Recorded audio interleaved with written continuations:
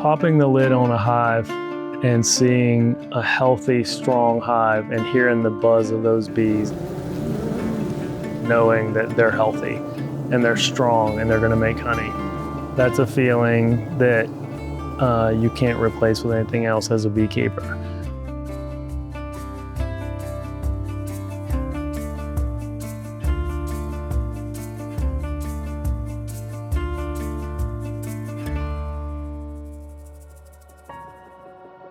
My love and passion for beekeeping began as a young boy. I was actually 16 years old when my mother inherited 4 hives, and she didn't know anything about bees, but she really started to study and learn those bees because she wanted to be the best steward she could of them.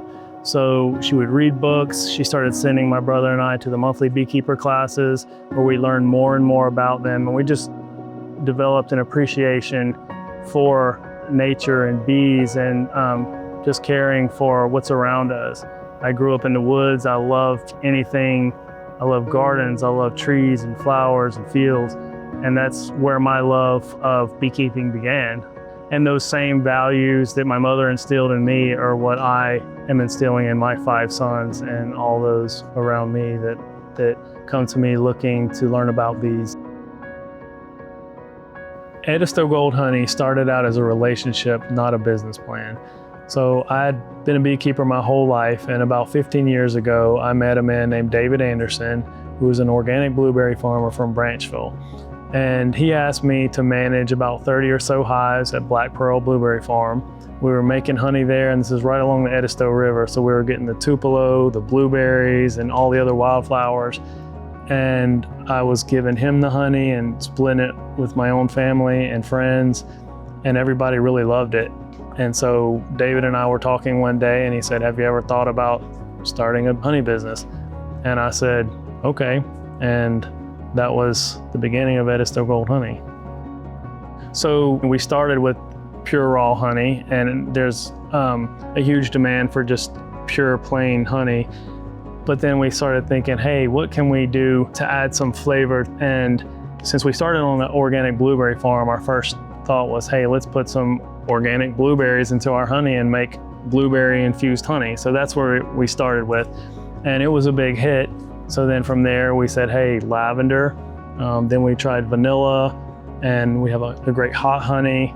And our most recent one was elderberry infused honey. Great honey has natural pollen, has enzymes, it's raw, it's pure, and that's the difference between a great honey and subpar honey that you might find on some shelves of the grocery store, because it could have come from another country where they don't have the same standards we have here, and it might be ultra filtered and pasteurized, heated, so all the enzymes, the natural pollens are stripped out of it. The way the bees make honey, that's going to be great honey, and it's the place that the bees are at, because you've got to give them the opportunity to thrive in their environment without pesticides, put them in a place where they're going to have flowers and trees and things that they can actually go harvest from, but then also you leave the honey just the way the bees made it. It's true honey. If you go to a grocery store, a lot of these people in places are mixing real honey or using just synthetic syrups and artificial sweeteners to replicate honey. So we go to the farms and walk through the process, and it's a great product, and it's true honey. It's a natural sweetener. There's nothing artificial about the local honey. We use it in vinaigrettes, we use it in glazes, we use it in sauces.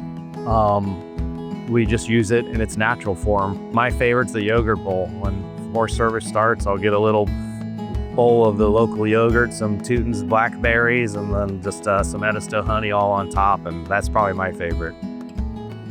Every honey has a distinct flavor and consistency as well. Some honeys are thicker, some are thinner, darker, lighter, some are sweeter, some are more minty, but it's all based on the nectar that they're gathering. Honey is actually a great alternative sweetener to sugar. Sugar is known to cause a lot of health problems in people, and honey has the opposite effect. It has natural enzymes that are actually good and healthy for you. It builds your resistance, your immunity, and it is actually has a lower glycemic index, so it doesn't spike your blood sugar. So it's actually a very healthy alternative sweetener that you can put on your foods, you can bake with it. Honey doesn't have the same negatives as sugar has. And it's actually just, it tastes good. As seasons change, you can get this jar of honey and it tastes like elderflower one season, and the next 2 seasons fly by and you roll around to the next fall and it's slightly sweeter, it's less elderflower. It's kind of unique, just depending what the bees are feeding on. And you can taste it. It's really that simple. In order to produce honey at this level, we need the perfect location where we have nectar flowing. We need to have strong, healthy, thriving hives. And then we need the correct amount of rainfall, to be able to, the plants to produce that nectar. And then from there, just nature takes its course. Those bees are designed to go get honey and bring it back, and we just have to harvest it. We let the bees do all the work. We just put them in the environment that makes it possible for them to be successful. That's what we're striving for, is local ingredients, partnerships with local purveyors, whether it's honey or chicken or beef or vegetables. And to keep the local economy going. It's good to build the partnership, and it's in general just a better product. We've been to the farms. We know and have relationships with the beekeeper. We talk about the future together. Is it going to be a good season for honey? Is it going to be a bad season for honey? So we can both adjust and keep the partnership thriving. When we work with a chef or a restaurant that really values our honey, it means that they're looking for more than just a sweetener.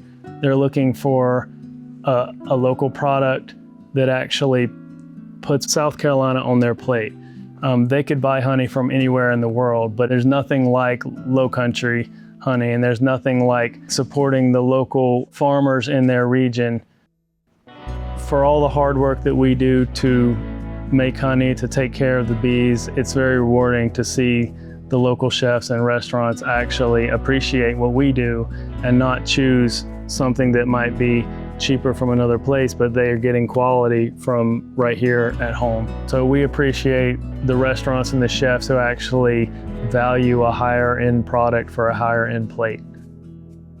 So we work with a lot of different restaurants, but working with the SERG Restaurant Group has been very different in the fact that they've actually reached out to us when we went through a difficult time and we actually had a fire in one of our bee yards. And within days, we got a call and said, how can we help you? Like, we've been partners since 2021, and I was like, we got to do something. And I called my business partners right away. And it's like, we got to help. And we did.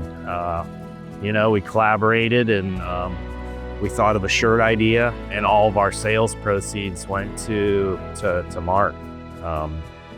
And it felt good. So that was actually very humbling for us as a family and as a business, and it let us know that they really do care about the people that they partner with and the community around them.